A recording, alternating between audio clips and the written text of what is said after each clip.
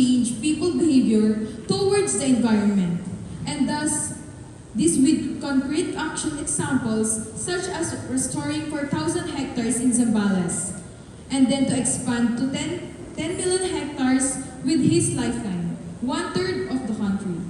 His team is also working with the Department of Environment and Natural Resources to create behavioral change programs for Waste Manila and beyond. He is a consultant of sustainability education at the British School of Manila, connecting learners to the field. Since 2016, his teams have collected over 10 tons of waste, planted over 50,000 trees, and supported livelihoods for over 100 families from farming, fishing, and indigenous communities. He believes that everyone can make a difference in their own way, beginning with the right mindset and education. People only protect and nurture they understand. Once again, may I call on Mr. Rafael Ignacio Joncho for our last guest speaker.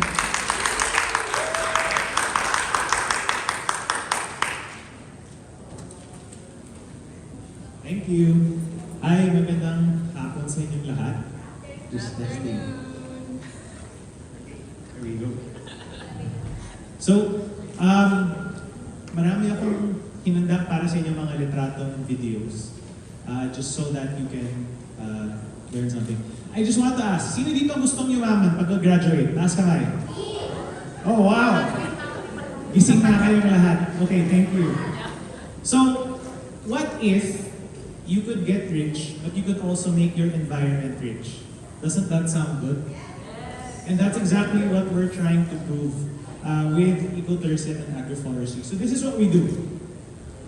These are the 3 services that we're focused on. And maybe yung mindset namin is taken from this discussion of the Dumagat and the big dam developer. Ang sabi ng dam developer, mag-develop tayo sa area niyo, bigyan namin kayo ng trabaho, magbayad kami. Ang sabi naman ng matandang Dumagat, gusto namin ng development, pero ang ibig sabihin ng development sa amin, alagaan ng tubig, tsaka ang lupa. And so that's what we're focused on. No? And so there are 2 landscapes that I really love. Ang kikwento ko sa inyo ngayon, yung tungkol sa bundok. No? But first, ito yung status ng Pilipinas in the last 12 months. No? So first off, delayed yung harvest ng rice natin dahil sobrang init. Sino dito yung nainitan last summer? Meron ba sa inyo nagkasakit dahil sa init? Meron, may tatansin na. No? Yung coral reefs natin, yung mga bahura, pag nainitan yan, yung corals, kailangan nasa ilalim, mas lalalim sila. They go to deeper areas. That means if you're a fisherman, you have to spend more money to go fishing. Dati, in the 1970s, kung mangingisda ka, punta ka lang sa harap, may isda na. Ngayon, kailangan mo maglakad ng 1 kilometro at baka wala ka pang makuha. And then the last slide here, last picture there, kasigurang aurora, umabot ng 60 degrees Celsius. No? Ano yung highest temperature dito sa Tarlac last year? What was the highest temperature? Anyone? 41? Ang baba. Are you sure it's just 41? 43? 44? Maybe. I'm guessing 48 to be honest. No? Kasi last year sa Zambales, pumalo kami ng 53. Right? But 60 degrees is crazy. No?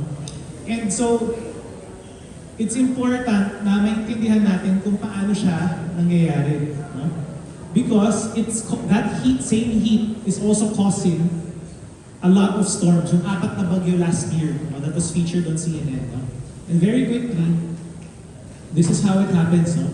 So, the sun hits the earth, it warms the earth, right? Yung sunlight na hindi natin kailangan, babalik sa space. The earth is designed that way. However, if we have a lot of carbon dioxide and carbon dioxide equivalents, methane, yung lumalabas sa tambucho ng mga truck or kotse, it reflects the heat back. So yun yung tinatawag ng greenhouse effect. No? In that greenhouse effect, lumalakas ang hangin, lalakas ang alon, and then dahil mas mainit, mas maraming tubig yung aakit. No? At pag umakit yung tubig, mas malakas din yung bagsak niya. No? Kaya sabay-sabay nangyayari yung bagyo. That's why we have 4 storms. No? And I'm showing this because it will be normal if we don't change things. No? And you guys, because you're the one with access to land, you have the energy, you have the intelligence, it's important that you understand the future that we might end up in. No? So on your right, this is our normal now. 55 degrees Celsius for 1.1 month a year. No? It's starting already, it's super hot. Right? If we continue throwing carbon into the atmosphere, we'll make 60 degrees normal for 1.5 months a year. Right? And it's very scary. No? Heat is scary. I heard last year that some of your classes were canceled because of heat. 10 years ago, that didn't exist. No? And 10 years ago, 20 years ago, kung umulan, masaya kami na umuulan. Sige, walang pasok. Ngayon, pag umulan, oh no, baka mabaha tayong lahat. Kasi wala namang pinipili ang baha. Mayaman, mahirap, nasa syudad, nasa probinsya, diba? Kahit nasa bundok, binabaha. Right? So, these are some of the things that we're facing, that we need to innovate in. No? Energy has to be more electric. Our grid, yung power natin, has to be more sustainable. Yung kinakain natin, our food, has to be more sustainable, which means more vegetables, maybe more chicken instead of beef, right? Protecting nature, that's so important, right? And then cleaning up industry, that's how we build cement, steel. No? So what I'll talk to you about is protecting nature and growing food, right? And so this is the landscape that I love the most. No? This is Zambales. It is the other side of your mountains, right? Nasa kabila lang kami, pero ang layo. It took me 3 hours to get here from Quezon City. It takes me 4.5 hours to get there because it's a roundabout way. We don't have good roads. No? And you can see the mountains are also brown, just like your mountains, right? We wanted to help because I felt that it was so hot. I met this community in 2016. So sabi kong, init naman, tagin tayong puno. Kasi, ang ganda niya, it's a nice valley, maybe we can tour it. So we said, let's help plant reforest, right? And so, to reforest, what we did is, we set up a simple eco tour. We called it Tribes and Treks. So we went to the community, we walked. Here's a sample. No? If you're tired, you can take a carabao, so we rent carabaos. Then when you reach the village, there's archery, some cultural sharing. They talk about herbal medicine. No? I'm sure this is accessible to you, and for some in the audience, this might be your reality also. No? And then we coach them, not teach them, just coach them on what food outsiders like. Right? Because every family cooks has a special dish. We just have to find out ano yung match sa bisita. Right? For example, ang paksiw, huwag mo ibibigay sa foreigner. Kasi 50% of the time ayaw nila. Right? But adobo, high chance. Tinola, high chance. Simple things like that. No? And then, we have dancing, right? Different cultural sharing. No? At first, it was the elders teaching. Eventually, the children started to teach guests how to dance as well. No? And then plant as much as you can, because this is the reason why we set up the tour. We wanted to reforest, we wanted to cool down the area, right? We wanted to reduce the flooding in the area, right?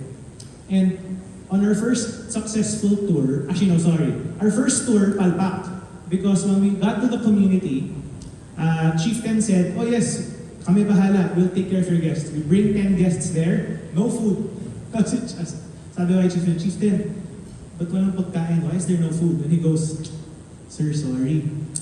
Wala kaming pang-advance. We have no money to advance the buying of the food. I said, okay. Next time, I'll bring the food or I'll advance you. But today, we'll cancel the tour. We'll bring the guests home.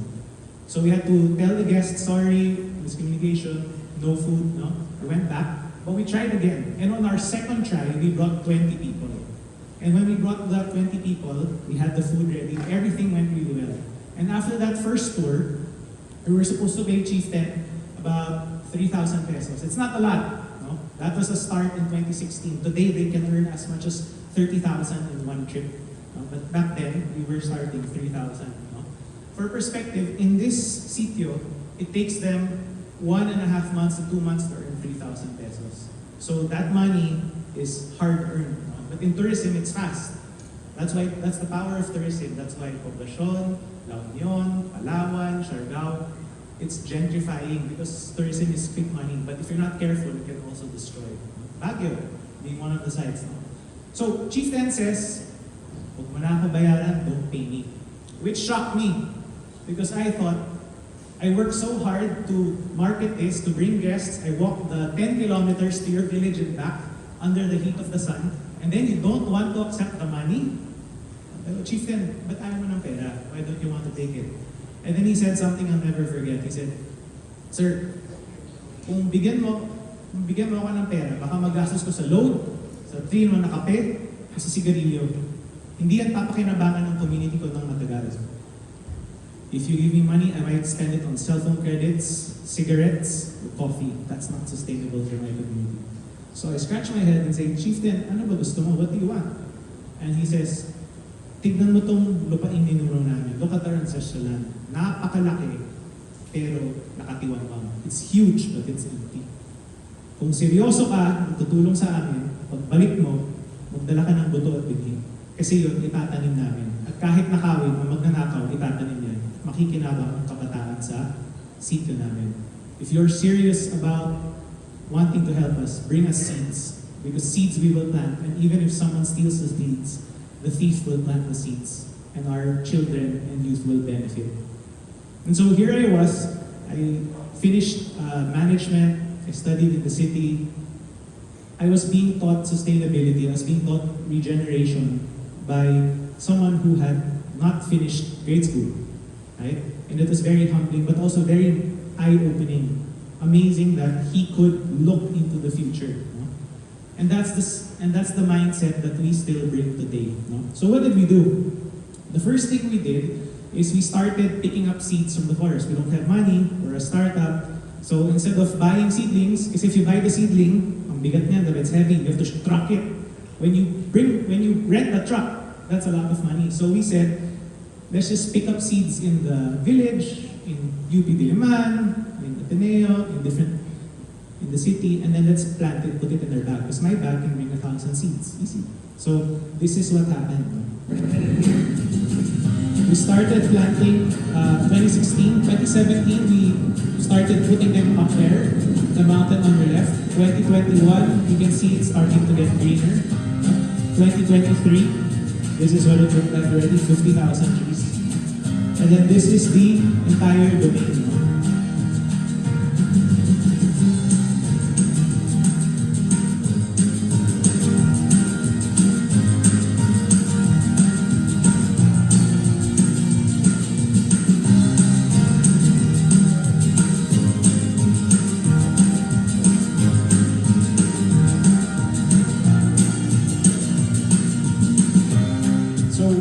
We did well with planting, but we needed to also get them seeds for other crops, no? And we started seed saving.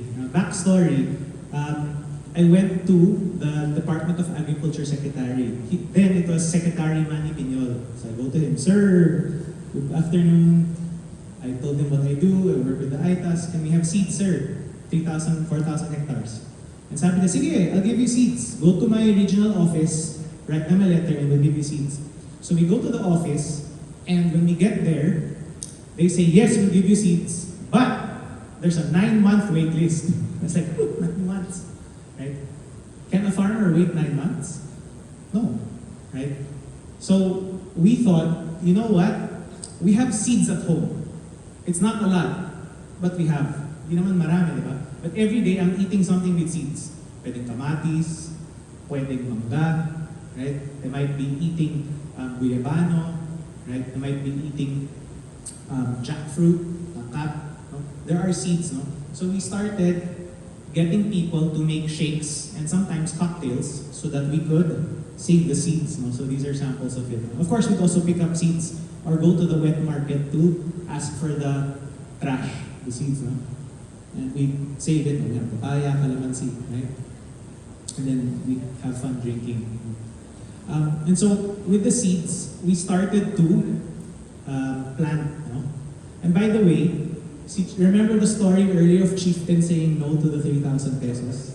The first thing we did is we went to Baguio City. And then we talked to the head of the Good Shepherd Sisters, who was fortunately a friend of my grandmother. No? So sabi namin kay Sister Wada, Sister, ito po yung problema. This is what's happening to the tribe. She said, sure, I'll give you all my seed waste. Right? Because when they make ube jam, they have a lot of seed waste. No? And so these are what we did with the seeds.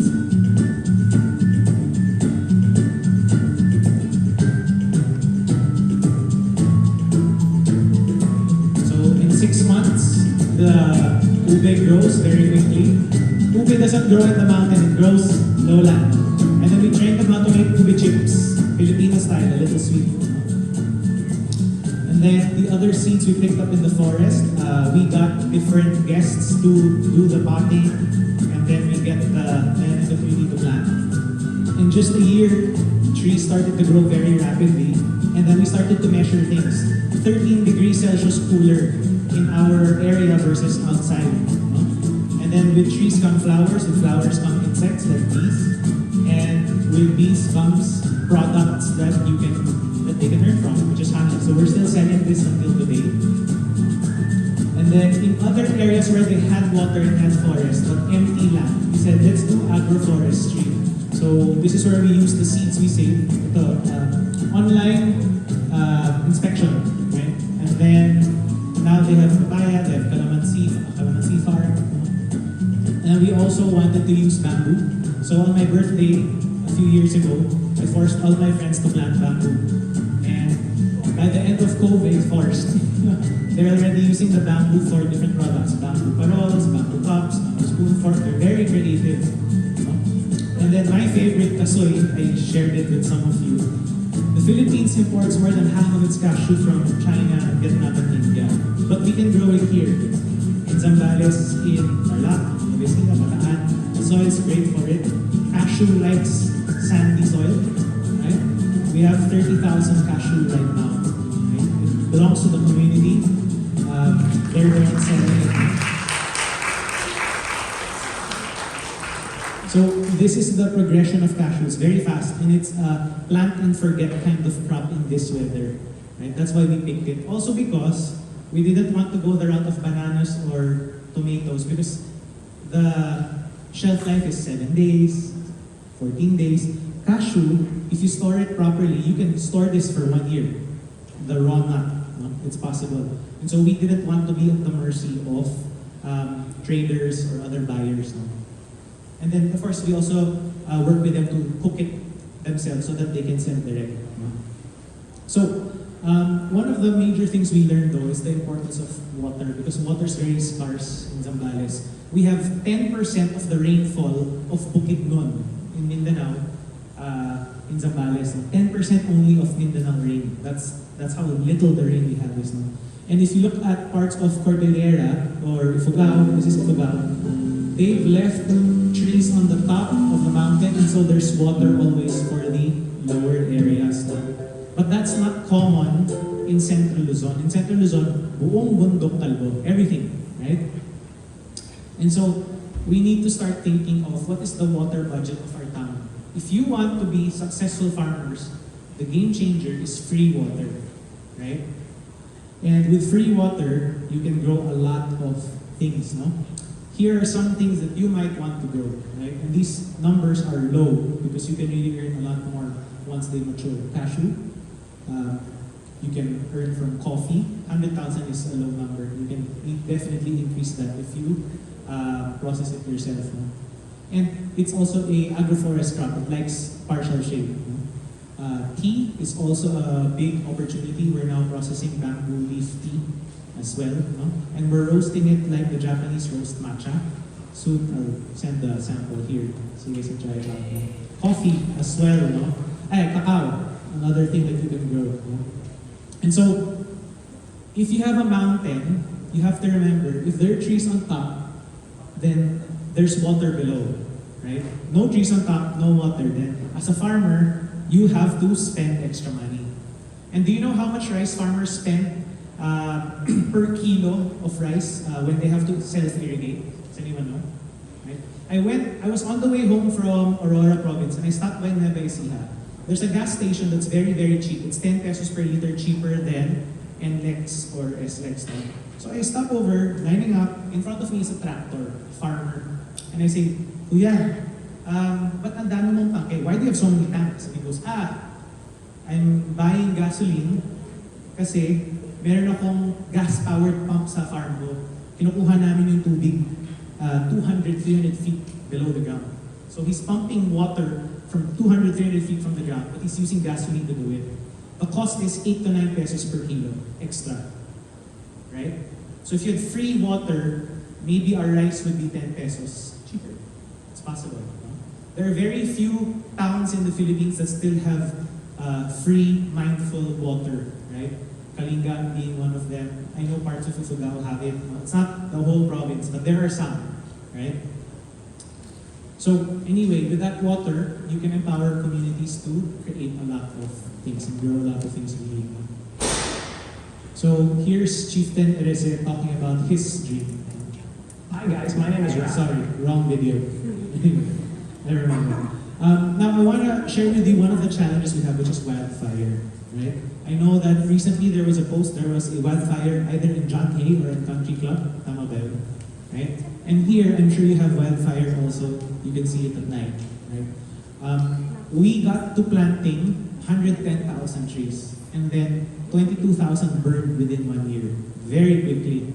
Even if our mentor had cautioned us to be careful because it might burn, right? It's so hot, little water. This is what the landscape looks like in Zambales now. In the rainy season, it's flooded. Maybe you can relate. This river is maximum 10 feet deep in the rainy season. Yeah, August 1, 2023. This guy's buying rice. No? Bumili ng bigas. 6 months later, same river, no water, wildfire behind. So this is wildfire on an actual tour. May bisita kami, nasusunog yung bundok in the middle of the day. No? This is dangerous, but it is also a sign. It is a sign that Mother Nature needs our help. Hindi na niya kaya yung weather. Kailangan niya ng intervention. And so we looked at it on Google Earth. This area up here keeps burning. And this is what we found. No? Cogon grass. In Baguio, it's pine needles and pine cones. Here, I'm sure it's cogon. Right? And that is basically free fuel for any fire. No? And so the question was, how do we solve fire if you don't have water? Paano mo papatayin yung apoy wala kang tubig? Right? And we had to research how do we do it in a way that doesn't cost a lot of money. And we found a solution that the Amazon tribes used in their own forest, no? Which is a process called pyrolysis, or in short, you make high-quality charcoal, aka biochar. So it's similar to making charcoal, except you cook it in a oven or a piece of metal equipment or a brick oven. When you cook it, it has to be sealed so that the oxygen, there's less oxygen, and then the heat has to go up to 500 up to 1,000 degrees Celsius. In the process, you will create high-quality charcoal, which holds 5 times its weight in water. So look at this. Soil on your left, soil with biochar on the right. We pour the same amount of water. Watch what happens. Now, wouldn't it be nice if every field in Tarlac Agricultural University had biochar? Wouldn't it save your water issues? Right? And then look at this. Only 5% of the soil has biochar. But look at the plant in the middle. It is more than 2 times taller than the plants on the side. Kung meron kayong halaman, kung meron kayong tanim, kung meron kayong sakahan, magandang may biochar. We have a small farm at home in Quezon City, just outside. It's full of biochar. So this is us training the community on how to do biochar. Ito yung lutuan niya, this metal drum. You can build this here also if you want. And then can I ask for help lang sa Sir sa booth? Sir sa booth, can you please play the video? Ako hindi siya nakikinig. Sir, paki-play yung video. Please press play. Yeah. Yan. On your right, we're burning wood and grass. But look at the air, it's clean. On your left, that's a normal fire. all that dark smoke, that's carbon that's going into the atmosphere. That is causing flood, that's causing extreme heat. That's what we discussed earlier. But if you cook it properly, you can release cleaner air instead and then get biochar, which is your fertilizer, right? And it's also the base product for making charcoal briquettes, which Korean restaurants like to use because it burns longer and hotter as well. Biochar can also be mixed in with your paint. It can help reflect heat and it can also decrease rust sa mga yerong bubong. Oops. Yan. And then this one, testimonial from one of the communities. Yan po sir, nilagyan ko ng biochar kahit puno ng niyog, nilagyan. Hihihi. Tignan niyo po ang kalamansi, ang daming bulaklak. Kahit mainit, buhay na buhay ang aking pananim. Masaya siya, di ba? May hihihi pa siya. So, that's our story in Zambales. And we work in several provinces in the Philippines. No? Zambales is the farthest one. We work in Subic with the Aitas. We work in Antipolo with the Dumagat and with Fisherfolk in Batangas. We're always looking for initiatives to build community income and to also build the environment. No? And so for us, we're hoping that we can partner with your university and other universities to build low carbon, to design low carbon curriculums so that you can grow better without having to buy fertilizer outside. No? This is easier than all the mixing of different materials. Right? It is also agnostic, meaning if you're an organic farmer, this will help you, and if you're not an organic farmer, it will still help you. Right? It doesn't care if you're organic or not. Right? So yun, that's what we do, guys. Thank you very much.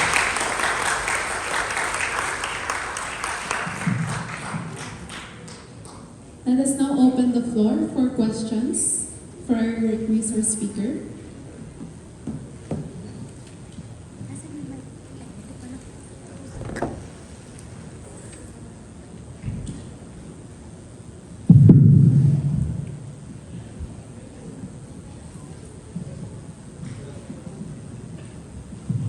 Good afternoon po, I am Andy. May question po is, ano po yung mga challenges? Kasi for sure po na from 2016, mahirap po yung pag-start. From the moment na nag-start po kayo until now, ano po yung mga challenges na na-encounter niyo? Siguro the first challenge is time. Kasi pag simula mo, wala ka namang pera, di ba? Ang meron ka oras. And so, I will spend weekends in Zambales. My family is in Quezon City. No? And so, dati, every weekend, lakwatsa, or I meet up with friends, I go to their house. When we started, that stopped. No? It got reduced a lot. No? And I was always there. So, you have to commit to that. No? Every weekend, almost every weekend for a few years. That's one, right? The other challenge is it's physically draining kasi 5 kilometers one way through Lahar is not easy. Kasi parang beach yan eh, right? Mga ngawit ka. The first time I walked through it, my feet bled. The first time my tour guides walked through it, their feet bled. Because the sand keeps getting into your shoes, into your slippers, until we discovered that the secret is to wear loose slippers. So that when the sand gets in, you can shake it off. And sometimes, may bisita kami, yung mali yung footwear, hindi sila nakinig. Ulit the tour. There's so many challenges. Sometimes it's cultural communication. So with the community, nung simula, they didn't trust me, and I understand. Everyone who comes into the community probably wants something from them. It took me 1 year to get them to say yes. And even with that yes, tentative pa rin yun. And there was one elder that talked to me kasi tanong niya, ano bang gusto mong mangyari? Ginanon niya ako diretso. Tapos sabi ko, gusto ko kumita kayo, matulungan po kayo. Ang sabi niya, ikaw makikinabang ka ba? Will you benefit? And she looked me straight in the eye. And I said, opo. Tapos sabi niya, tinatanong ko lang kasi sawa na kami sa pupunta dito at tutulong tapos aalis lang. I am tired of people who come here to say they'll help us and then they leave. If I benefit, but you don't, you leave. If you benefit, but I don't, I'll make you leave. That's not sustainable. Ang gusto ko, what I want is for you and I to benefit. Right? That was the lesson that the elder taught me. Right? And if you think about it, that is SDG 17, Partnership for the Goals. Right? So understanding that side of it, no? And of course, business-wise, it is challenging. You really have to market. You have to invite many people. No? But if you're doing good work and the community naman felt it, so sila, I always tell them, alagaan niyo yung bisita kasi pag silang masaya, may kasunod yan. And they've done just that. They've taken care of guests and people have kept coming back. And so that's why we hit, today we're at almost 90,000 trees. And yeah, their income is huge. They're from the second poorest Aita village in town. They're now the richest Aita village in town. No? Even if to a city person, that's still not a lot. But that's the perspective. I hope I answered your question.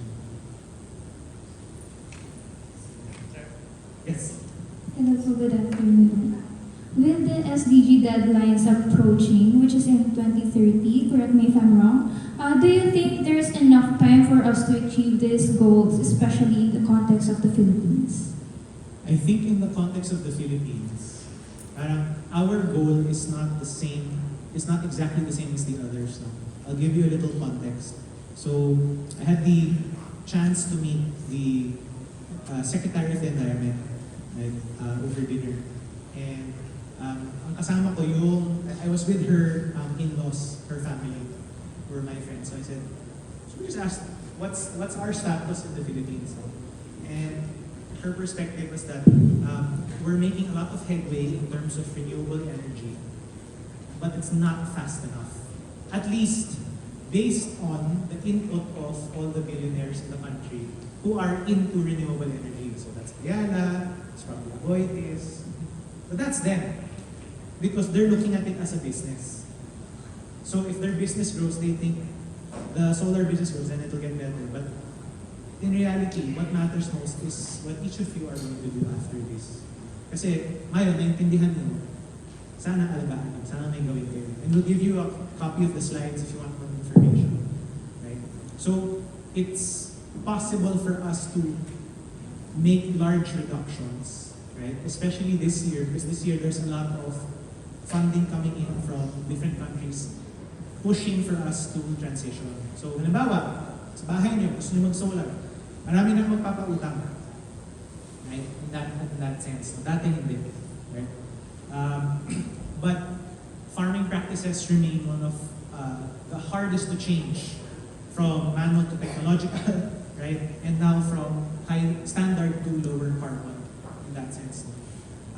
But it can be done, but we need you guys to do your part also, right?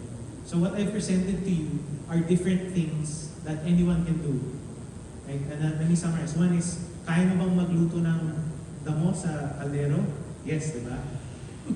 You can burn your own gas in a pot. Can you pick up seeds? Can you save seeds at home? Yes, you can. Can you plant? Yes, you can. You don't need money for any of these things. No? All we're doing is we're trying to be consistent about it. And our secret is if you can make it fun through travel or through an event, then people come.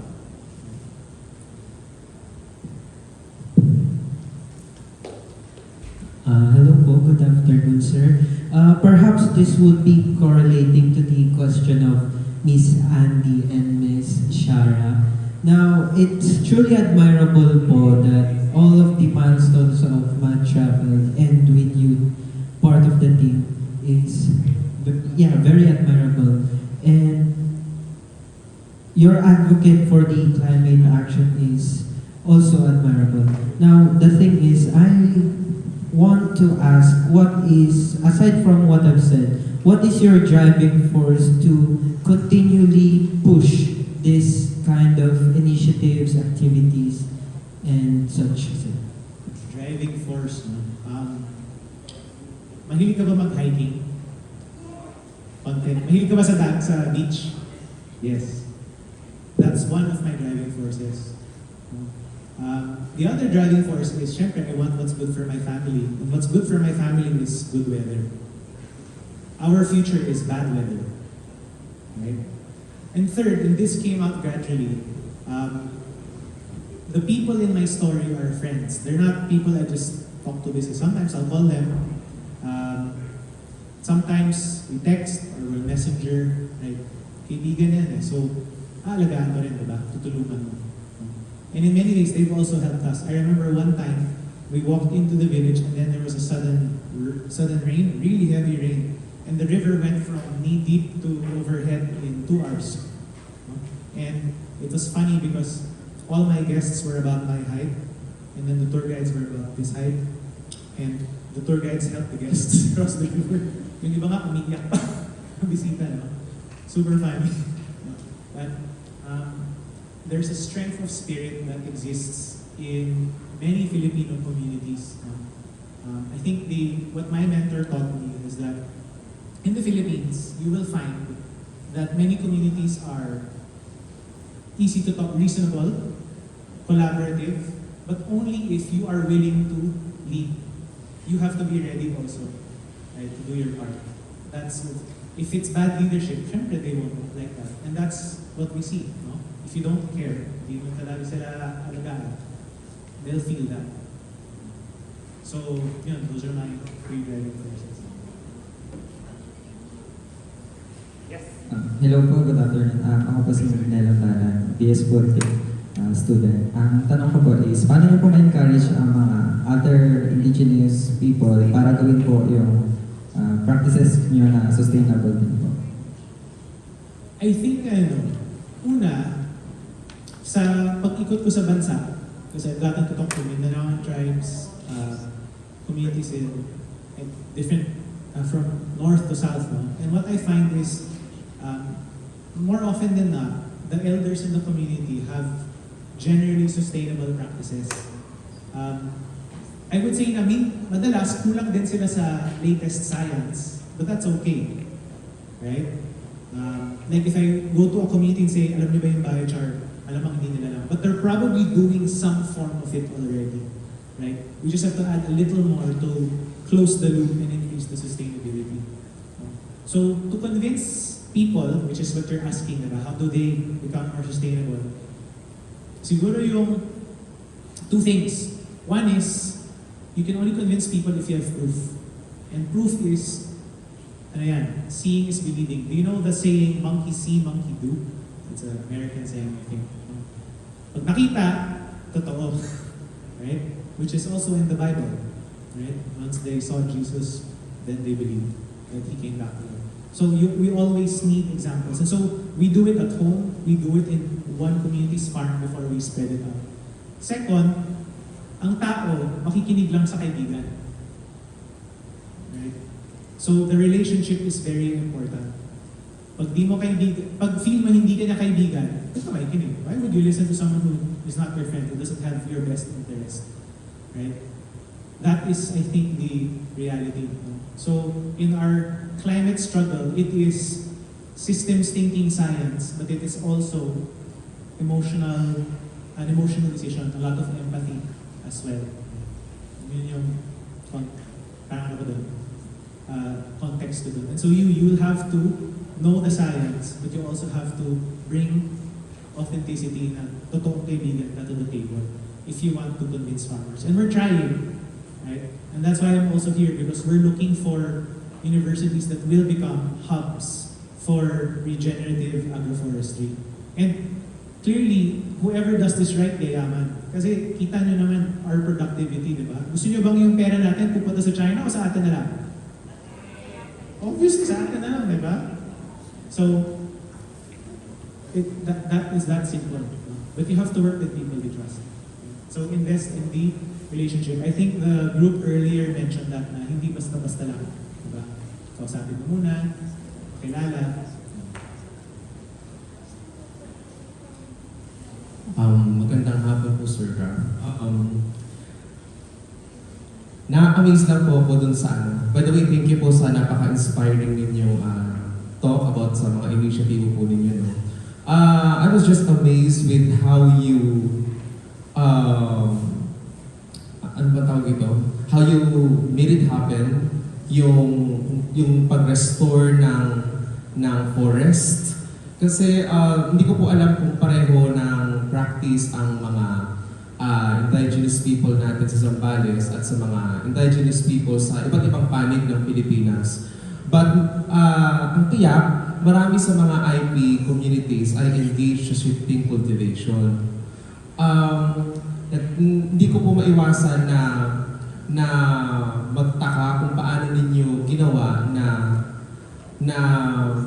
paano nyo na-restore yung forest gayong meron silang practice ng shifting cultivation. Of course, we cannot tell them naman na, oh, let's stop this. This is not environmental friendly. We cannot force them to abide on the our processes, no? Yung pinaniniwalaan natin na sustainable because that's their source of food.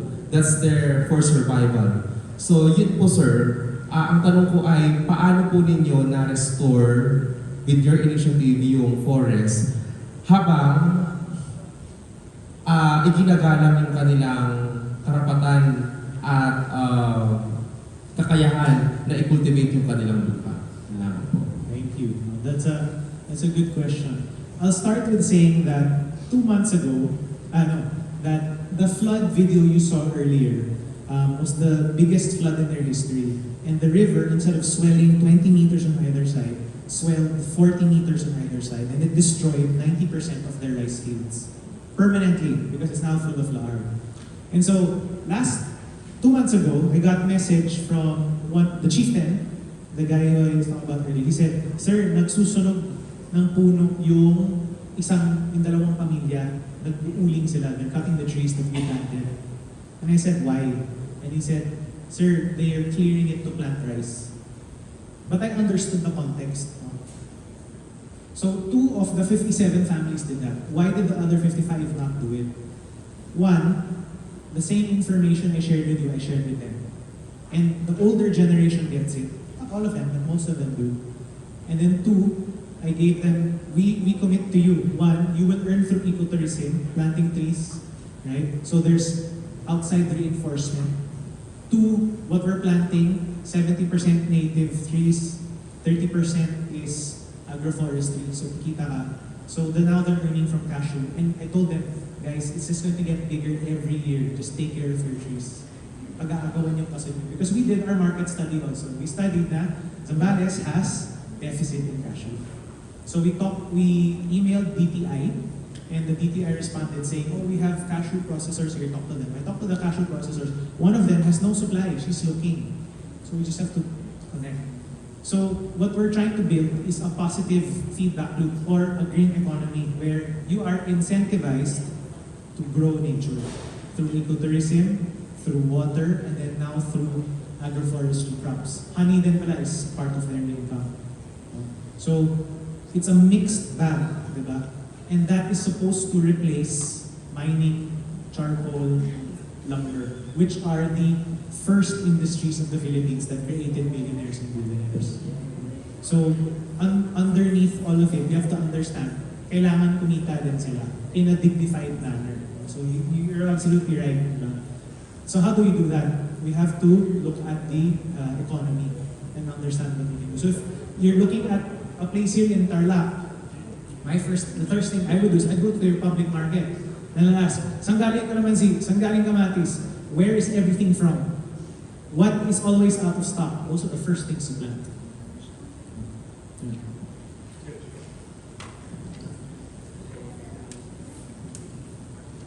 So the question is, what can young people do if they want to do what you do or be engaged in the similar advocacy? Save seeds, plant them, make biochar at home. I'll email you the methodology. Right? Reduce plastic use if you can, because 1 kilo plastic is 3 kilos carbon, just so you know. Buy local fruits instead of foreign fruits. Whenever you buy apples and oranges, you're voting China. please buy local fruits instead. And if you have idle land at home, kung nakatiwangwang yung lupa niyo, can you plant? Right? And if you're looking for partners, email us. My email was flashed earlier. Sir, pwede bang i-flash yung email ko ulit? Can someone call him sa likod? Sorry. But there, those are some things that you can do, right? And then if we can create some sort of hub here, I know my previous visit with Erica, we were already looking for ways in which we can be a more permanent presence here that can guide you. Because I know that I can't plant it alone. And maybe I'll end my answer with this. When I decided I wanted to plant trees in Zambales, there was parang magic that happened in my life. I met the tribe June 2015. August 2015, 2 months later, I met my mentor who had reforested over 3,000 hectares already with tribes in Mindanao. And I said, wow, it's not by chance that I meet this gentleman 2 months after I visit that tribe. So I asked him, and in his rainforest in Mindanao, in Bukidnon, Philippine eagle, present. Coffee, present. Tribe, the Talaandik tribe, you can look at them. The Datu is Waway Saway. He's a musician and artist. You should look him up. He designs pikiapi, flutes, etc. They had gotten to a certain level of income that they had time for art. Right? And so, when I saw that, I asked him to train me, and he said, you can't do it alone, so bring the Aitas here, and you'll train them. That's what we did. We brought the Aitas to Mindanao for them to see for themselves. And they came home motivated. Oh, I don't need a microphone. Oh, yeah. I wanted to piggyback on what Ali just asked you, and you were talking about specific things related to your advocacy. But if I want to advocate for my personal issues, how would you recommend I get started? Well, if you have something you want to advocate for, first is you have to immerse and really learn it.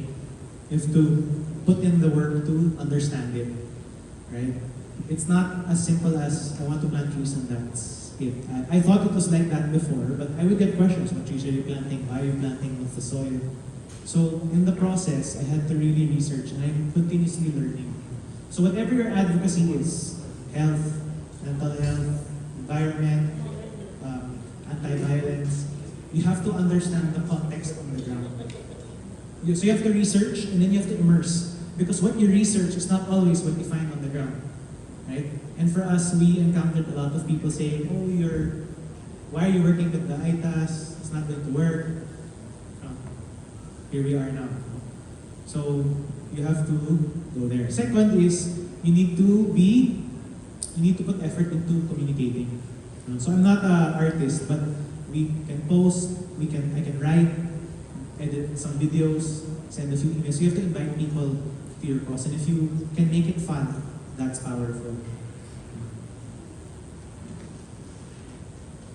Hi, Rap.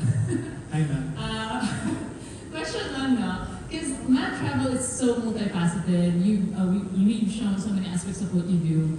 I just want to ask, and also like just to end, Luisa, may question after me. Okay. Anyway, I just want to ask, what are you most excited for? Maybe like a project moving forward, because you've already done so much. So what's the next thing that you are excited for the most? Okay. So in 2016, I couldn't stop talking about planting trees. Yun lang yung buong bibig ko. Plant trees, plant trees, plant trees. You're not, you're bad. And then I did my immersion. I did more studying, and I realized that if I plant trees on every single piece of property in the planet that can hold trees, the global temperature will move by 0.1 degree only. 0.1. It's so small. And it's not even 10% of the temperature that we need to prevent. And that's why the multifaceted part is important. What are the things I can connect to this advocacy that makes sense, that enhance my advocacy also? So the one that I'm most excited about now is biochar, because it's a waste management issue. Because common grass, and I'm speaking in Baguio in 2 weeks, pine needles, pine cones cause wildfire. We can turn it into a carbon negative substance that helps farmers. We can alleviate poverty with it. So there are several layers of solutions in one action. That's very exciting to me. And it includes environment and economic gain as well. But yeah, I hope that kind of gives it. Good afternoon, sir. For last na question po. Kasi dito sa PAU, maraming mahogany po. Maraming mahogany. Yes, I noticed now. Plus, sir, sabi nila, ang mahogany is hindi siya beneficial pag malapit siya sa mga crops. Yes, mahogany is not beneficial for some crops. Tapos, sir, pwede po bang gawing biochar yung mahogany? Yes, you can. There is a different process for turning wood into biochar versus turning grass and twigs and leaves into biochar.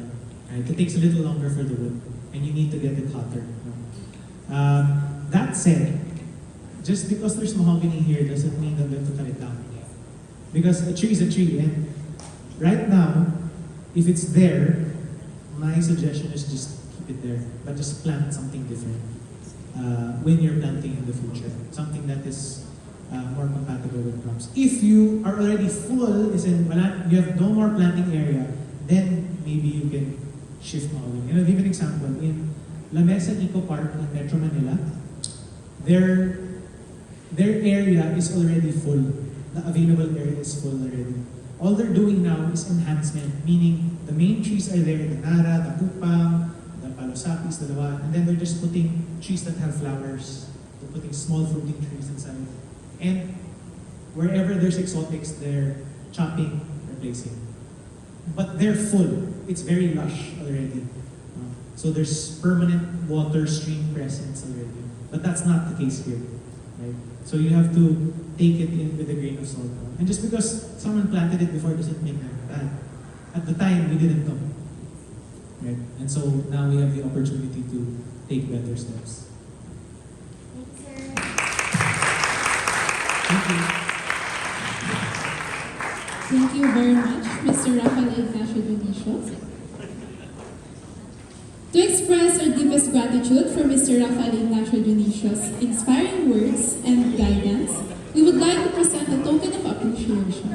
This small gesture is a symbol of our heartfelt thanks for sharing wisdom and inspiring us all. May we call on stage our SSC advisor, Ms. Erica Prado, and our SSC counselor, Ms. Maria Luisa Yada. Allow me to read the citation. Certificate of Appreciation is awarded to Mr. Rafael Ignacio Dionisio in sincere appreciation of his invaluable contribution as a resource speaker during the Inclusion and Diversity Festival at Tarlac Agricultural University. Given this 10th day of April 2025, signed Silverio Ramon D.C. Salunson, President of Tarlac Agricultural University. Once again, please give a round of applause to Mr. Rafael Ignacio Dionisio.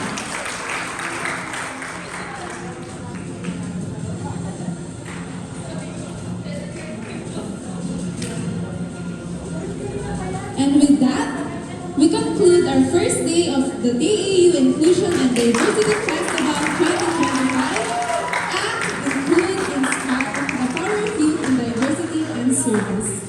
On behalf of the entire organizing,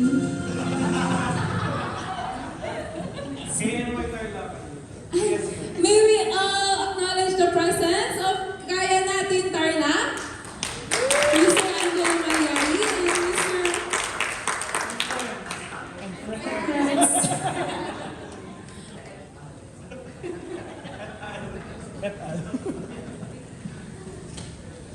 We hope you felt the energy and passion we aim to share and that you were inspired with the messages of the inclusion and service.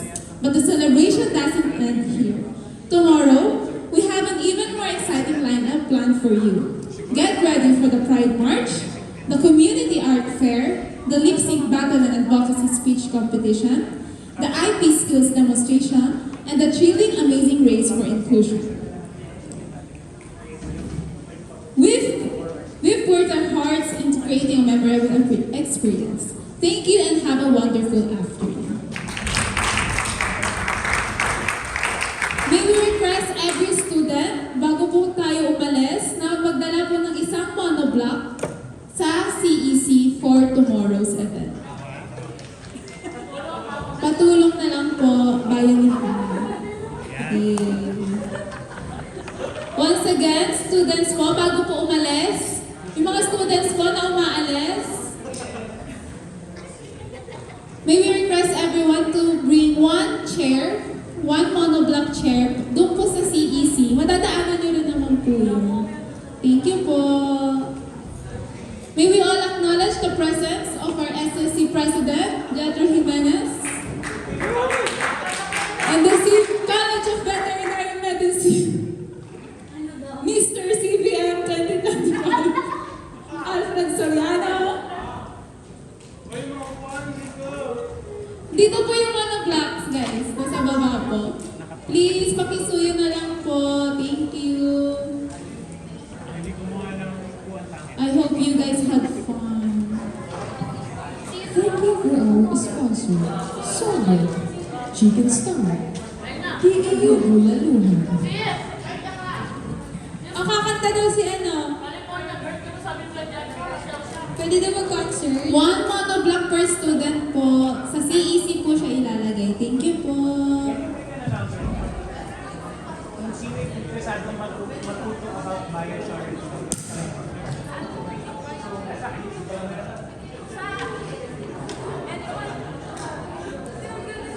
Kung sino daw po yung interested na matuto sa biochar, punta lang po dito sa harap kay Sir Raf. Gusto nyo mag-usap? Dito na muna ako. Andito po.